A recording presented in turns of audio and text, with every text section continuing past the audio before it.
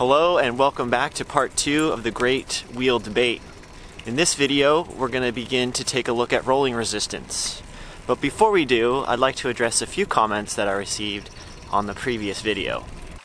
Okay, so before we dive into this next discussion on rolling resistance, let's address some comments and questions that I received on the last video.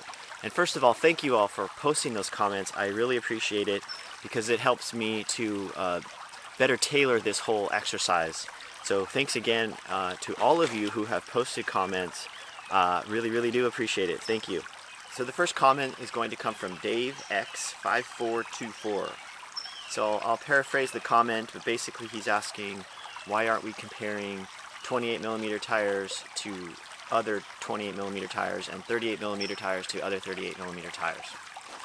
If you wanted to look just at whether one manufacturer of one 28mm tire, how it compares to other manufacturers, there are some studies that have been done on this. They use a rolling drum test, and they use a set load, and they post the rolling resistance of each of those tires. So that is actually already available, and it is quite interesting information. But in this mathematical exercise, what I'm hoping to achieve is to look at how actual tire volume, even though we're going to try to keep the rolling diameter more or less the same, how does the volume of the tire, meaning the size of the tire, how does that affect the overall performance? So that leads me into comment number 2, Vedran Martik, and he says, is there a reason that we did not use the inner tube or the rim tape when we calculated the moment of inertia? And that's a fair question. And originally when I set out to do this, I didn't think that the weight of the tube would make that significant of a difference, since tubes more or less weigh very similar. However, when we do compare a 650B tire with a lot larger volume, the tube is actually bigger. And it is heavier, and he points out that there's a 37-gram difference between the tubes. So in this next video today, we're going to backtrack, and I'm going to include the tubes in the 2 tires that we just looked at, but also, to be fair to the rolling diameter issue, I'm also going to add a 26mm 700C tire, and I'm also going to add a 650B by 42mm tire. So we're going to go even bigger on the 650B tire, and we're going to go even smaller on the 700C. So that way we now have 4 tire examples to compare. Now all 4 of these tires will have inner tubes and rim tape.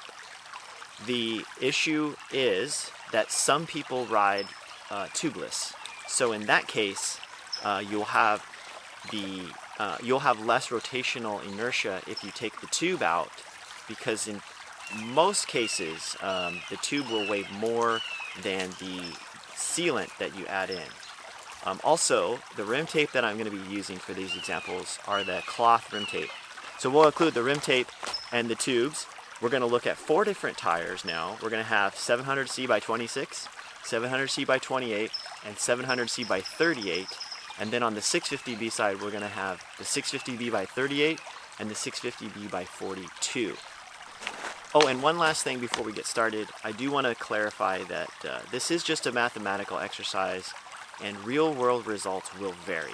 What we're doing in this series of videos is we just want to take a look at the relative differences between these 4 different tire and wheel combinations to help you make a more informed decision on which wheel and tire combination might, and I use the word might, best suit the kind of riding you like to do.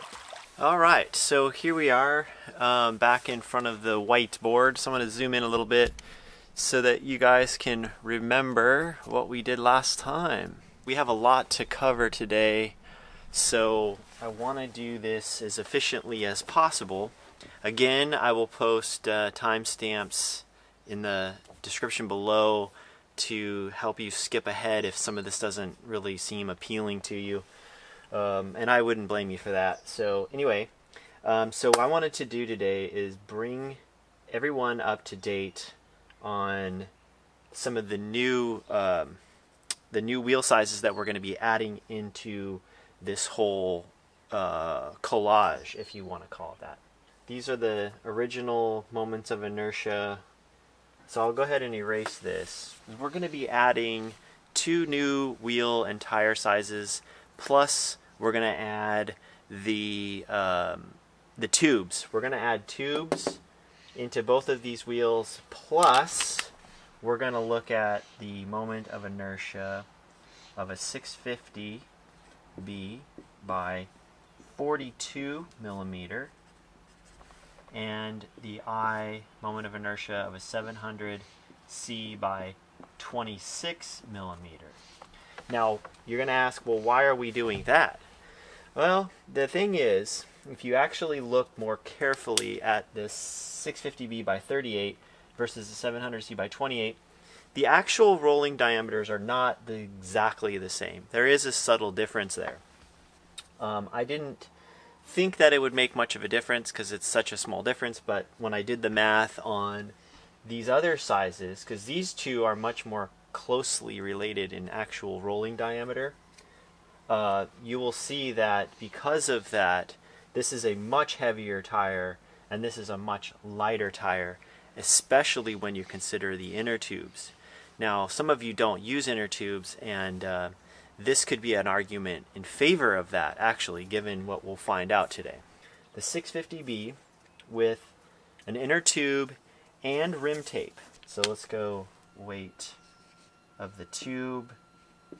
Over here is 149 grams, and the weight of the tube here is equal to 112 grams. These are for standard weight inner tubes.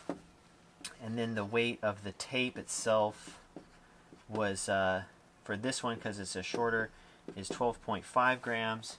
And the weight of the tape on this side is equal to 13.3 grams. The tape's a little longer because the rim has a longer circumference. So the 650B by 38 turned out to be 88.5 grams times meters squared, and then this one turned out to be 93.6 grams times meters squared. So still less than the 650B by 38, still less than the 700 by C by 28. However, this one does have a slightly smaller rolling diameter. These two are actually more closely related in rolling diameter than these two are. So I wanted to have more values here to look at. So let's write in this 650B by 42. We have 94.7 meters squared grams, and then for this one we have 90.4 meters squared grams. You can see already that the inner tube doesn't affect the first combination at all. However, when we look at a 650B by 42 as compared to a 700C by 26, there is a difference, and the difference is in favor of the 26. So, in fact, I'm going to erase all of this. Let's just start over fresh. So what is rolling resistance? There isn't a lot of theoretical equations for rolling resistance. There is a lot of empirical equations that have been developed over time from industries who have studied rolling resistance to try to optimize the tires that they use for whatever reason, for car racing, for fuel efficiency, for any number of reasons, for traction, for handling, and all those things. So as a cyclist, our main concern is going to be traction for cornering, especially in wet conditions. Also limiting rolling resistance, because that has to be overcome by the energy that we can create from our own body, as well as traction and stability of the tire itself. So if we go into the physics books, there's some basic assumptions that are made often when you talk about rolling resistance problems, and they generally like to just give it a coefficient. So let's take a look at what that might be. So if we look at, if we pull open our physics books, you would have a wheel and a normal force, which is the weight on the wheel. It's on a surface, it's rolling, and so there's a resistive force here. There's a force of resistance. That resistance, in a lot of ways, has to do with what's happening down here where the tire meets the road. And so in a very simplified procedure, what will happen is in a textbook, they will say, okay, we're going to give you the force of friction is going to equal some sort of coefficient of friction. You can use C, you can use mu, whatever symbol you want, times the normal force.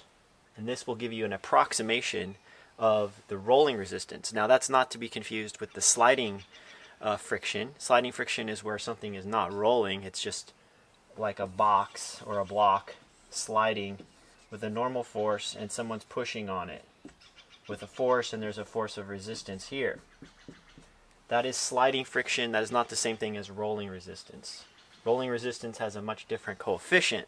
And as an example, if you look up an asphalt, a tire rolling on asphalt, a bicycle tire would have something along the order of 0.005 as a coefficient of rolling resistance.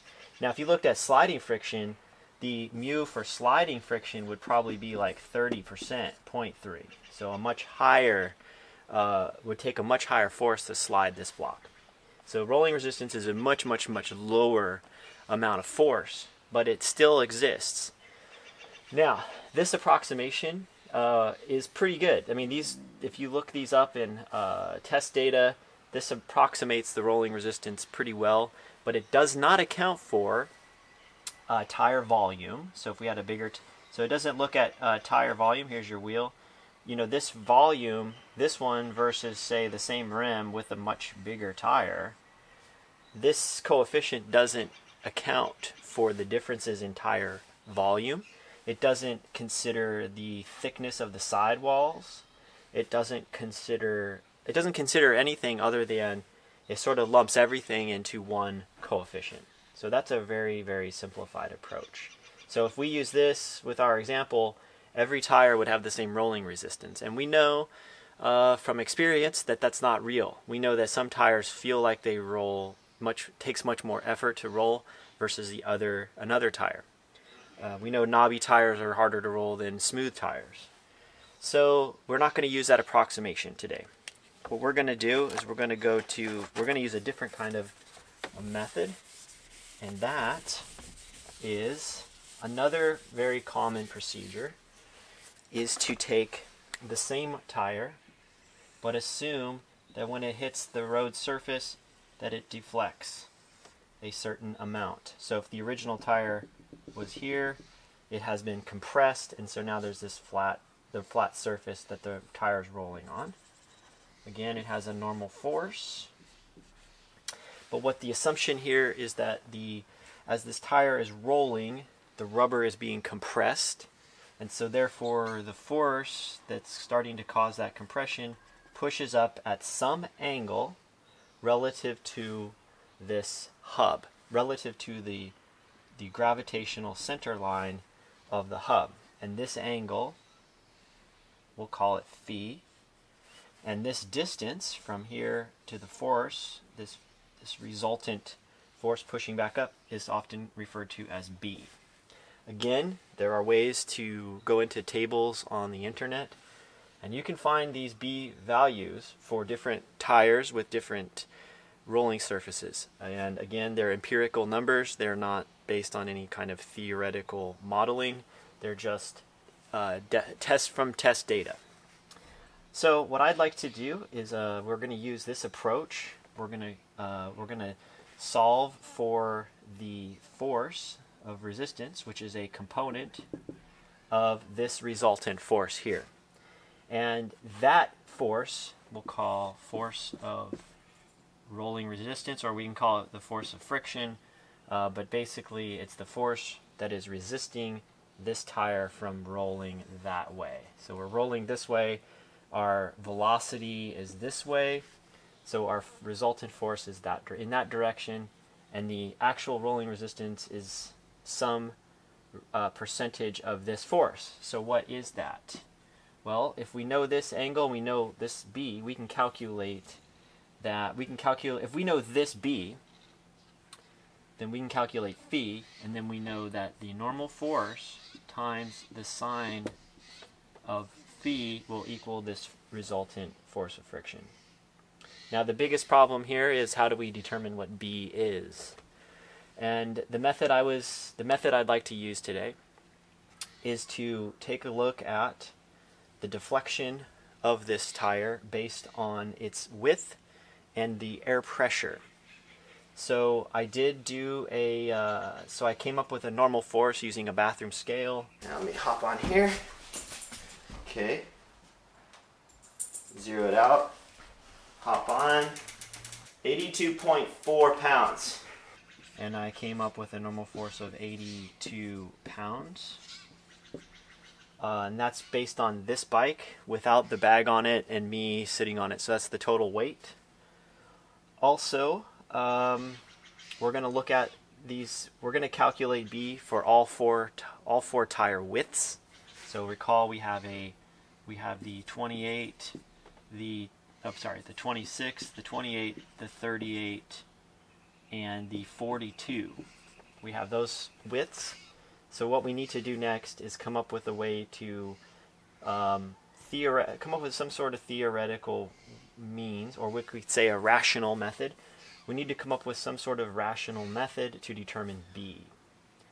So the way I would like to approach this is to look at the contact patch of the tire when it's loaded at a given air pressure at 70 psi.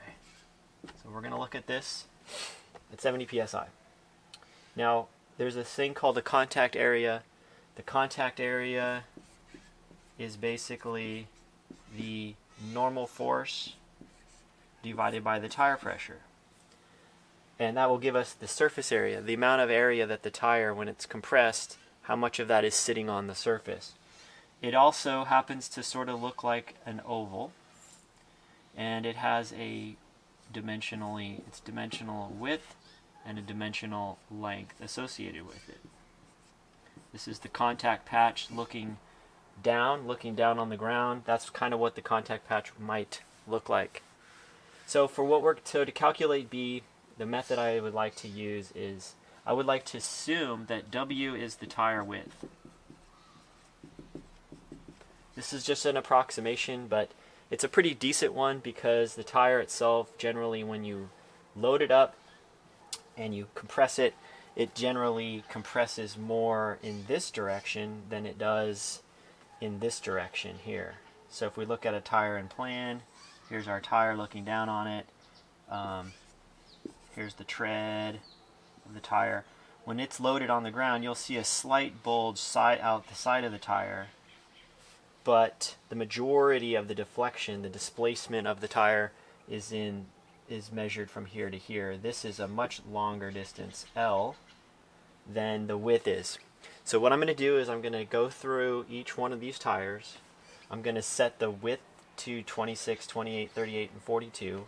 And I'm going to come up with all of the contact lengths to then use later on when we go to calculate this angle phi and these frictional forces for each tire individually.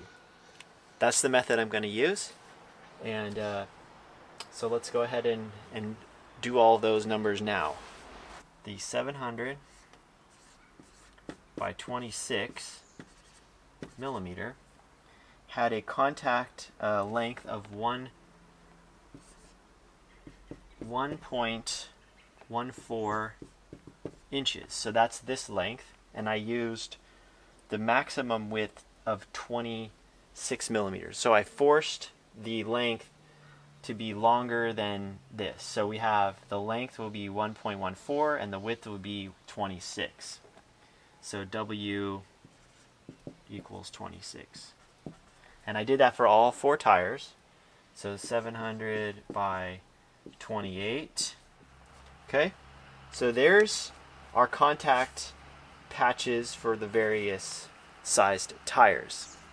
Now let's go back to that earlier diagram where we looked at the forces based on these numbers. Okay, so that's going to be the next thing we're going to do. I'm going to erase all of this. I'm going to go through one example of deriving the frictional force just so everyone can see how I did this. So we're going to start off with a 700 C by 26 millimeter tire.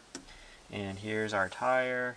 Here's our normal force. Recall the normal force was 82 pounds.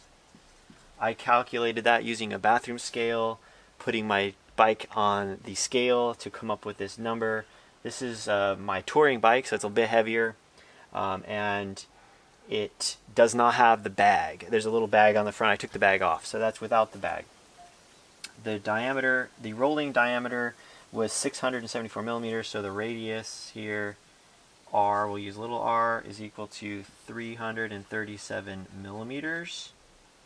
And here's our crunched surface, and here's our force of friction, here's our reaction, and we're running pressure equal to 70 psi, and our contact area therefore equals 82 pounds over 70 psi, which comes out to 1.171 inches squared.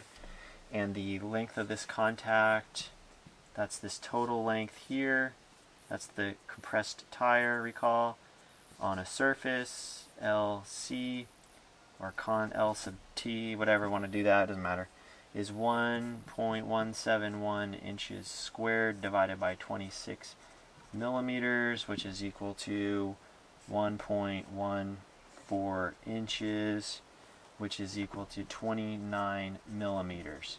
So our contact patch would look something like this. In theory, it would be 26 millimeters this way, and more or less 29 millimeters this way. And it would be some sort of an ovalized shape.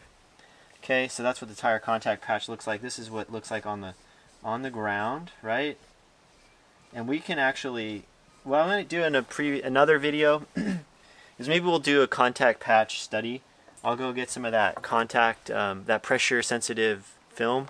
There's one called Fuji film, and it's a pressure sensitive film that I can set on my bathroom scale, and I can set the tire on it, and I can get on it and load it. And when I take it off, it'll have a color. It'll look like this. It'll have a color profile and a shape. And then we can measure it with my calipers and get a much more accurate reading. And we can do that at different tire pressures, or we could do it at different size tires. There's a lot we could do, and we can look at contact patch. And that might be interesting, but you know, to be honest, it might not be also. It might not yield a much better result at the end. Okay, so now that we have this, we need to come up with these forces here. We have phi. So B, which is half of L, B is equal to, what is B? 14.5 millimeters. So let's come over here and let's take a look at what theta, we need to calculate phi. So phi is equal to the arctangent of 14.5 millimeters over 337 millimeters. Okay, that's the inverse tangent. That calculates phi. Phi in our case is equal to 2.46 degrees. Okay, so then to calculate the frictional force, we need to know what R is. Well, R, using the small angle formula, is equal to N, which is 82 pounds. So what we can say then is that N sine of phi is equal to F of friction, which is going to equal 82 pound force times the sine of 2.46 degrees, and that is equal to 3.52 pound force, or 15.7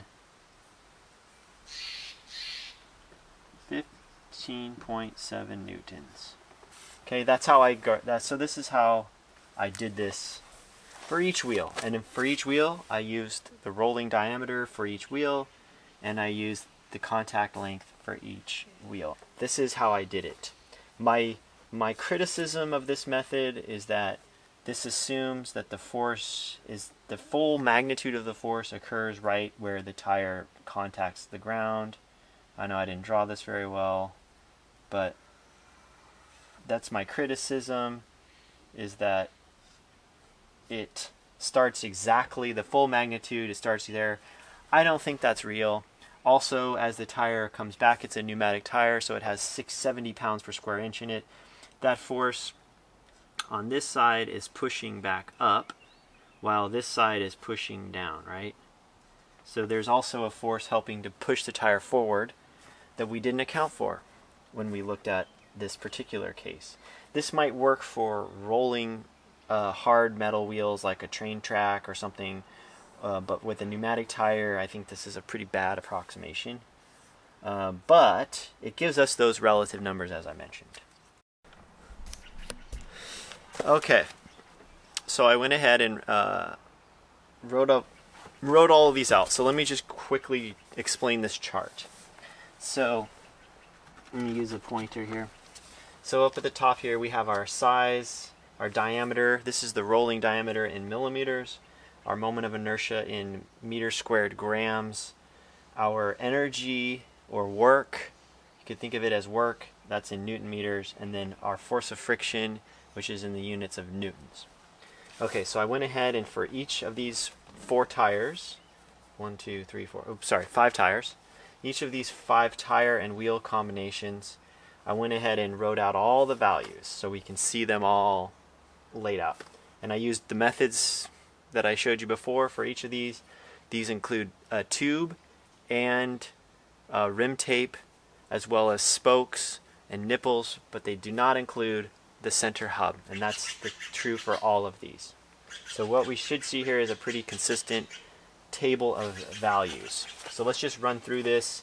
Up here we have our 650V by 38, has the rolling diameter of 670 millimeters, has an I of 88.5 with a rotational and translational energy demand to go to 18 miles an hour, 63 Newton meters, and then the force of friction would be 10.9 newtons. Now again, these are not real. The exact absolute value of these is very questionable, given that the method we use is very theoretical in nature, and I would say not realistic of a real world tire rolling. And by the way, this is at 70 psi, and this is at 18 miles per hour. Now this, when I did the energy equation, I went back through all the numbers and I adjusted for the diameter, because the angular velocity would be different, slightly different for each of these based on the diameter. So these are corrected now for the diameters. Okay, so these are pretty accurate as far as that's concerned. Absolute value now, whatever. We can argue about that till the end of time. But what we can see though is we can now see how these different size tires might affect our overall performance. And when I say performance, I just mean the amount of energy it takes to overcome rolling resistance and the amount of energy that it takes to overcome rotational and translational inertia. And this is for one wheel. Okay, in later videos, what I'd like to do is, I'll come back to this eventually, but what I'd like to look at next in the next video is, aside from the obvious here, which is that the 700 by 26 has the, even though you pay a little bit of a penalty for rotational inertia over, say, the 650B, it has the lowest amount of rotational energy needed to spin it up. The downside is that according to that rotational inertia or frictional problem, it does come out with the highest amount of rolling resistance. And so we can see now that the lowest rolling resistance tire, in theory, should be this 650B by 42, which came out to a 9.8. Now it is a little heavier, so it does pay the price in the energy to rotate the wheel to get it up to speed, But once it's up to speed and it's at a steady state velocity, it has the lowest amount of rolling resistance. And that's because it's a fatter tire, and so the contact patch is shorter. And of course that's at 70 psi. Now, the other thing we would say is, well, but we're never going to run a 42 millimeter tire at 70 psi. That's too high. And that's going to negate some of the benefits of running a bigger tire, which is the suppleness and the comfort of the ride and the energy absorption that this tire will have over these other tires.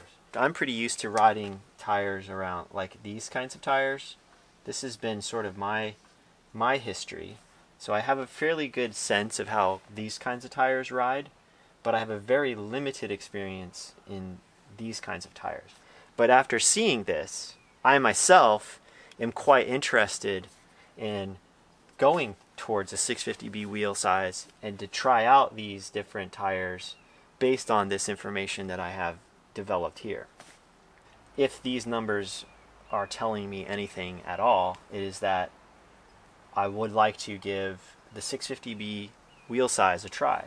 I can now see some of the potential benefits. I mean, just looking at the 700 by 38, you know, you end up with a pretty high rotational inertia compared to this one, 88.5. That's a big difference. And the amount of energy that it takes to get these tires up to 18 miles an hour is less than it is for the 700C by 38. The same size tire, but because it's bigger, it ends up with higher demands. But also notice that the frictional resistances are not that much different. So if you were to go from this tire and wheel to this tire and wheel, you would probably not notice much in terms of performance loss, only that you would have a better acceleration using these wheels here. Again, you know, it's really hard to say what the results of this, what these numbers really mean. There's a lot more we could talk about as far as how to derive these numbers. This one method I used, to me, doesn't feel... So yeah, let's do the conclusion. So I'm a little skeptical of this method. This is a well-known method that I used. It's not something out of the ordinary, but I am skeptical of the absolute values here. I don't think these are realistic at all, but they do paint a relative picture between the different sizes, and to see it laid out like this, I think it's helpful. What matters most is, are you riding on a rougher surface, and are you racing in, say, like a criterium? If you're racing on a smooth surface at a criterium, then you might want to consider something like that, because it has a low rotational acceleration.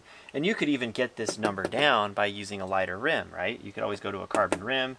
You could get that number down, and then you'd still have somewhat of a higher rolling resistance possibly, but you could change the pressure. You could increase the pressure on this tire, which is what we do. We run these kinds of tires here at what, 110 psi, right? So we'd lower these down. We'd lower these numbers down, this one, by doing so. But what if you raced a criterium using a little bit wider tire, like a 38? I don't know if that would be possible or if even realistic, because you'd be paying the penalty here on this rotational acceleration. So you probably don't want to use that tire. Even if you inflated it more, you wouldn't get much. You get less rolling resistance, but not much. As compared to like this tire. So here you could race this tire and pump it up really hard. And that's what we normally do. We get these size tires and we just pump it up really high to try to get this number down. And that's how we that's how we benefit from these. But this is an incredibly uncomfortable tire at 120 psi, for example, out on a rough rural road on a normal bike ride. You wouldn't enjoy that tire. Or if you're racing on a track, you would do the same thing. You would pump this up really hard. But out on a rural road, you're going to be miserable. So then you come over to here and you say, well, then the next best compromise I can see is going with the 38 millimeter tire and riding it right around maybe 50 to 70 psi. to maximize your comfort and minimize your rolling resistance and minimize all these other things. Okay, so that's going to conclude this video. In the next video, I'm tempted to go a little bit deeper into the factors that are involved in creating rolling resistance. And those are things like the sidewall construction, the thickness, the type of radial chords, how they're oriented relative to the tire itself. There's a lot of factors that go into it. This is just kind of looking at the mechanics of rolling resistance using some vectors and some angles. It's a very gross approximation, but we can dig a little bit deeper, I think, and maybe better understand these relationships here more. And we could also talk about where we can talk a bit about energy loss in tires and how that affects our overall comfort over a long ride. So we can do that too. And I think that'd be a fun topic to dig into. So that's why these kinds of tires are getting really, really popular over these kinds of tires. All right. Yeah, I think that's going to conclude today's video. With that, thanks for watching, and I'll see you in the next video.